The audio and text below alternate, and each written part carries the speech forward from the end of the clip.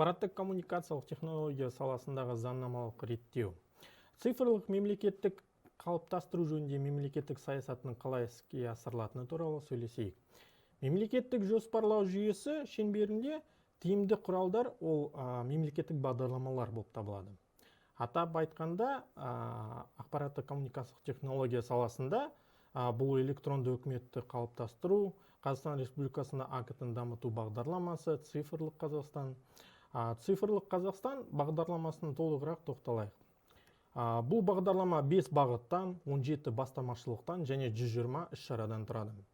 Бағыттарын айта кететін болсам, адами капиталды дамыту, инновациялық жүйені құру, цифрлық жібек жолын іске асыру, цифрлық мемлекетке көшу, экономика салаларын цифрландыру болып 5 бағытқа бөлінеді. Бағдарламалық құжаттардан басқа мемлекет әрине АКТ саласында заңнамалық түрде реттеуге тырысады. Қазақстан Республикасының ақпараттандыру туралы, байланыс туралы, ақпаратқа қол жеткізу және дербес деректер және оларды қорғау туралы негізгі заңдарын атап өтуге болады. Ақпараттандыру туралы заңға сәйкес, ақпараттандыру бұл ақпараттандыру субъектілерінің қызметін автоматтандыруға бағытталған ұйымдастырушылық, әлеуметтік, экономикалық және ғылыми-техникалық процесс. Ақпараттандыру саласындағы қызметті жүзеге асыратын немесе құқықтық қатынастарға түсетін мемлекеттік органдар, жеке және заңды тұлғалар ақпараттандыру субъектілері болып табылады. Ақпараттық коммуникациялық технология саласындағы нормативті құқықтық реттеудің негізгі бағыттарына көшейік. Оларға электрондық үкіметті дамыту және мемлекеттік органдың қызметін автоматтандыру, мемлекеттік көрсетілетін қызметтерді автоматтандыру, мемлекеттік органдардың автоматтандыру объектілерін құру және дамыту тәртібі, үкіметтің ашықтығын қамтамасыз ету, мемлекеттік органдарда жоспарланып отырған автоматтандыруды жария талқылау.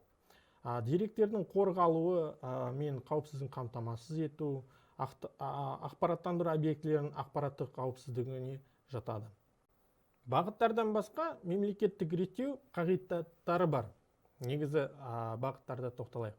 Ақпараттандыру саласында қызметке қатысуға жеке заңды тұлғалардың құқықтарын, бостандықтары мен заңды мүдделерін сақтау, кез келген электрондық ақпараттық ресурстарды іздеу, қалыптастыру және беру еркіндігі, АКТ-ны қолдану кезінде жеке адамның қоғам мен мемлекет қауіпсіздігін қамтамасыз ету, АКТ саласында дамыту үшін жағдайлар жасау болып табылады.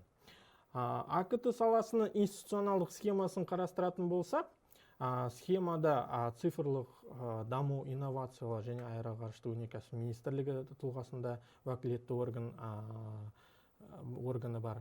Зерде акционерлік қоғамы АКТ саласында ұлттық даму институты және электронды үкіметтің сервистік интегратор ретінде, оператор және бірыңғай байланыс орталығы ретінде ұлттық ақпараттық технологиялар акционерлік қоғамы, мемлекеттік техникалық қызмет акционерлік қоғамы базасында ақпараттық қауіпсіздіктің оқыс оқиғаларына ден қою қызметі және ақпараттық қауіпсіздікті ұлттық үйлестіру орталығы жұмыс істейді.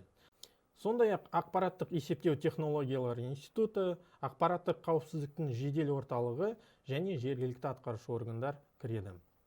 Әрине, ақпараттандыру саласында мемлекеттік бақылау да бар. Ақпараттандыру саласындағы мемлекеттік бақылау ол тексерулер және профилактикалық бақылау нысанында жүзеге асырылады. Ақпараттық коммуникациялық технологиялар саласындағы компанияның қызметі лицензияланатын қызметке жатпайды. Ол негізінде хабарлама негізінде жүзеге асырылады. Әкімшілік құқық бұзушылық кодексі аясында ақпараттандыру саласында 8 әкімшілік айыппұл бар.